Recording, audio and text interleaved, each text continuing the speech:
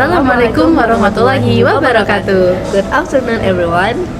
For those of you who don't know us, let's us introduce ourselves. My name is Aulia Dina Syain and my teammate Anissa Nufadalin Yusipia. So today, here we will present to you guys about human research. And the first material will be presented by Aul. Okay guys, hello everyone. I hope you're as excited as we are, and in the next few minutes we'll be exploring the intriguing world of human research. As you can see on the screen, our topic today is human research. At the first, we must know about the definition of human research itself. So, human research is the collective knowledge, skills, and abilities of individuals within an organization, which are crucial for achieving the organization's objectives. And the next slide is a definition human research according to various academic search, such as human potential, integrated abilities, and the last one is strategic importance. Human potential include non-material and non-financial assets of an organization, and the integrated abilities include contribute to organizational objectives through their unique skills and talents. And the last one, strategic importance is include training, developing policies that enhance employee performance and satisfaction. Okay, the next turn of Alin. So the next one is labor preparation. It is a systematic process involving various activities designed to ensure that employees have the necessary skills, knowledge, and support to effectively perform their job. And this part is include workforce planning, which is identifying workforce needs based on business projection and determining the number and type of skill required. The next one is recruitment and selection. It is selecting the most suitable candidates for the required position to an interview, test, and evaluation process. The next one is employee orientation. It provides initial information to new employees about the company, organizational culture, and work procedures. And the last one is training and development. It's providing training programs to improve employee skills so they can adapt to change and the job demands. And the next one is labor preparation. This is the examples of labor preparation implementation. There are HRIS, which is Human Resource Information System, skill-based training programs, new employee orientation, and performance evaluation.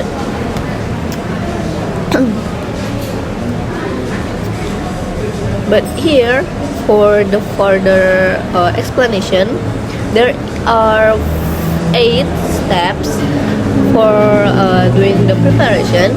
The first step is recruit and onboarding. The second one is employee self-service portal. The next one is development, and then performance or appraisals. And the next is employees' rights. The next one is management tools, and then intranet, and then exit management.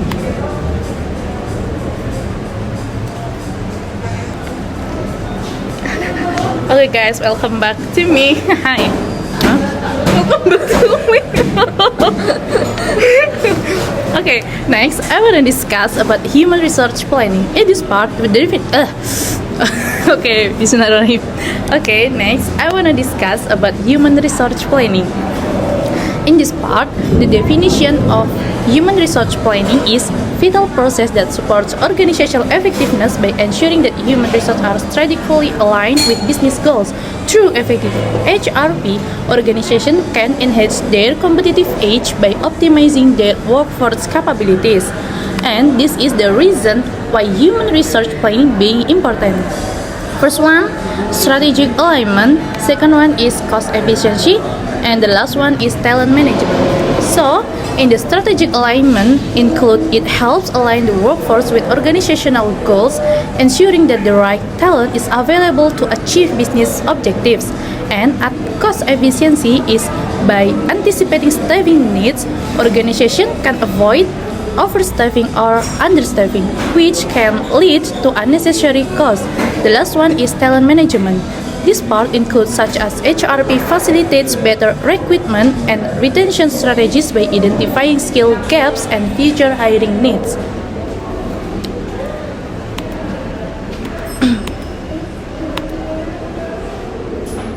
So, the next is the process of human resource planning can describe like this. First, strategic is analyze objectives. It is crucial to understand how HR can support overall business objectives, ensuring that human resource contribute effectively to organizational success. Second strategy is inventory current human resource. Conducting an inventory of current human resource entails assessing the existing workforce skills, qualification, and performance levels. The third one strategic is demand forecasting. Estimating future human resource needs involves analyzing trends, business growth projection, and change in market conditions. This forecasting helps organizations prepare for hiring or training initiatives to meet anticipated demand. For part fourth is estimating gaps. This analysis highlights areas where there may be shortage or surplus of talent, allowing organizations to address potential issues proactively.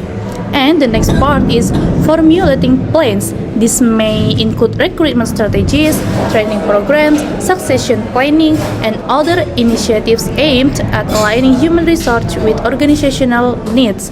Next, the sixth one strategy is implementing plans. It is essential to ensure that all stakeholders are engaged and that resources are allocated appropriately. And the last strategy is monitoring, controlling, and feedback. This process ensures that HR plan remain relevant and aligned with changing organizational goals and market conditions. Okay. The next slide describes about implementation example. These include workforce analytics, succession planning, and training program. Workforce analytics. Organization can use data analytic tools to assess employee performance and predict future staffing needs based on business growth projections. Succession planning. Implementing succession planning ensures that there are qualified candidates ready to take on key roles as they become available, thereby minimizing disruptions in operation. And the last one, training programs. Developing target training program helps employees acquire necessary skills that align with future organizational needs. So, the next can be turn of Alin. So the next one is employee selection. It is a process of evaluating and choosing candidates for employment based on their qualification, skills, and fit with the organizational culture. And this is the 6 steps of the selection process. The first one is job analysis. It's to understanding the specific requirements of the job to identify the necessary skills and qualification. The next step is searching candidates. It is attracting potential candidates through various channels such as job posting, recruitment agencies, or employee referrals. And the next step is screening application. It is reviewing resume and applications to shortlist candidates who meet the basic qualification. The next is assessment. It conducting interview, test, or assessment to evaluate candidate skills, competencies, and cultural fit. The next step is decision making. It's selecting the most suitable candidates based on assessment and interviews. The last step is job offer. It's extending an offer to the chosen candidate and negotiating terms of employment.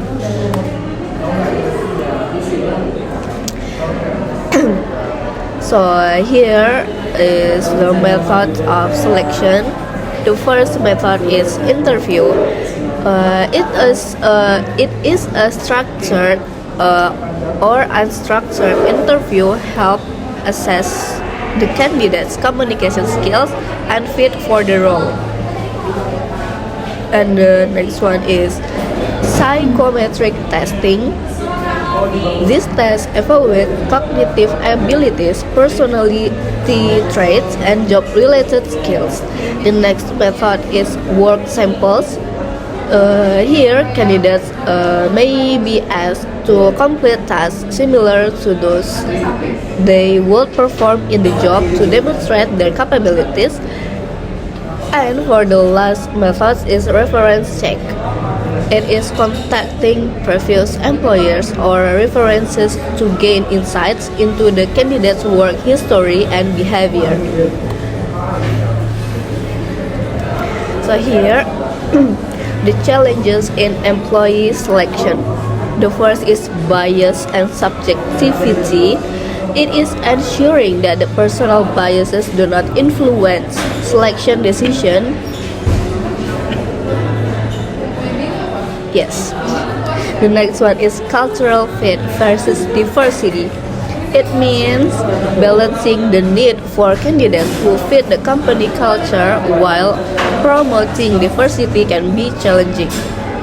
The last one is retention issue. Selecting employees who are not only qualified but also likely to stay with the organization long term is essential. So the employee orientation will be explained by Owl. Okay, employee orientation. Employee orientation is a critical process in human resource management that involves introducing new employees to an organization. This process not only helps new hires acclimate to their roles, but also foster a sense of belonging and understanding of the company culture, policies, and expectation.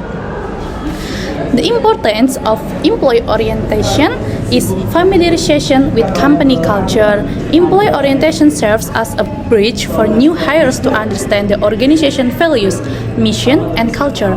This understanding is crucial for integrating them into the workplace effectively. The second one is then role clarity. It provides clarity on job responsibilities and expectations, helping employees understand their roles within the organization.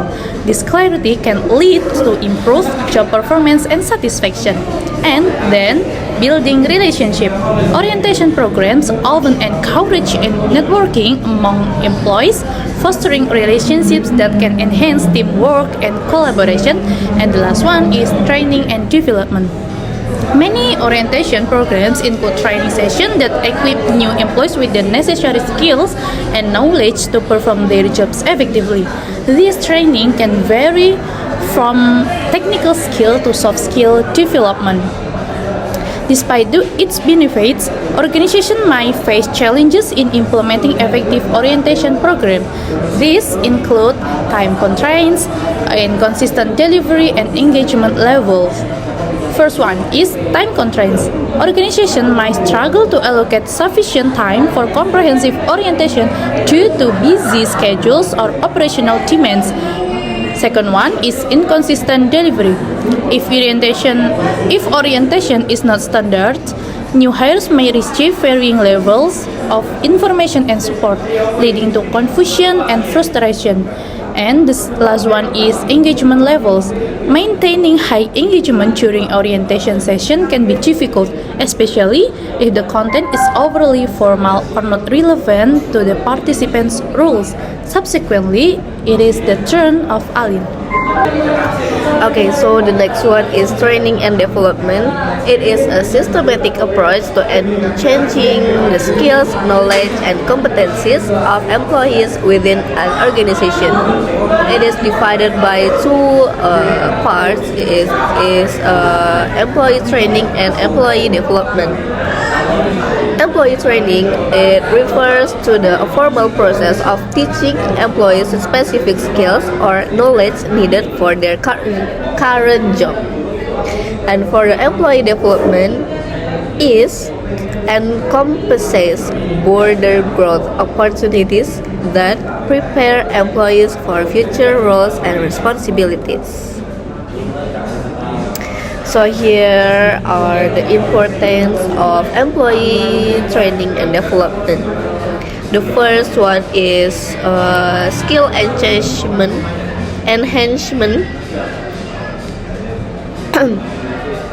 It is a training programs that help employees acquire new skills or improve existing skills, having a direct impact on their performance and productivity.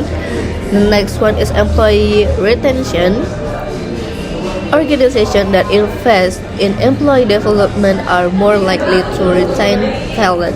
Lack of growth opportunities is often cited as the main reason for employee turnover. The third one is increased engagement.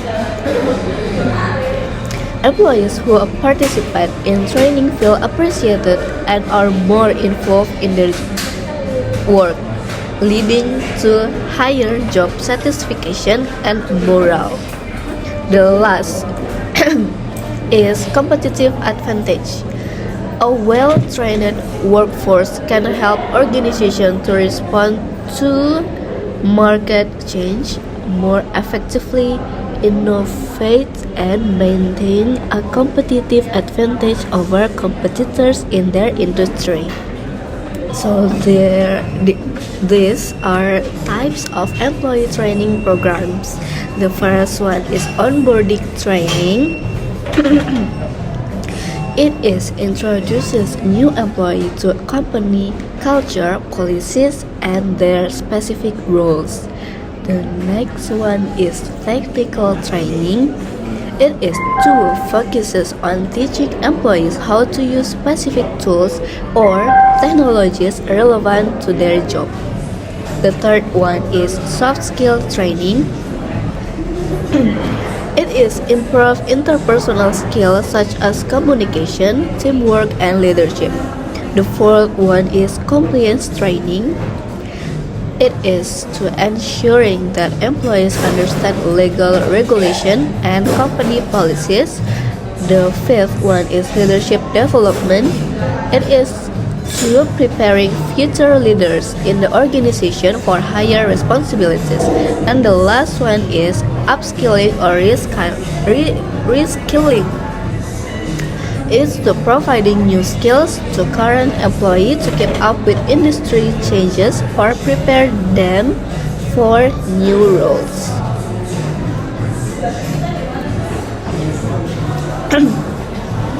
So these are the 4 implementation strategies. To effectively implement employee training and development programs organization. Oh ya. Tiba-tiba lupa. Iya anjir. Organization must conduct a needs assessment. It is to identify skill gaps and determine specific employee training needs. The next one is engage employees in the process. It is involve employees in the discussion about their development needs to ensure buy-in and relevance. The third one is using diverse learning methods. It is combining various training methods such as workshop, e-learning modules, mentoring, and hands-on experience to meet various learning styles. The last one is evaluate program effectiveness. It is regularly assess the impact of training program on employee performance and organizational goals to make necessary adjustment. Yeah. Okay, so that's all we have to say about human resource. Hope you guys understand as well, and we are sorry if we have make mistakes. So that's all. May we thank you all for being such an attentive audience. Thank you guys. Bye bye. Wassalamualaikum. Wassalamualaikum warahmatullahi wabarakatuh. Iya. Oke. Mana? Ya, ini dulu aja.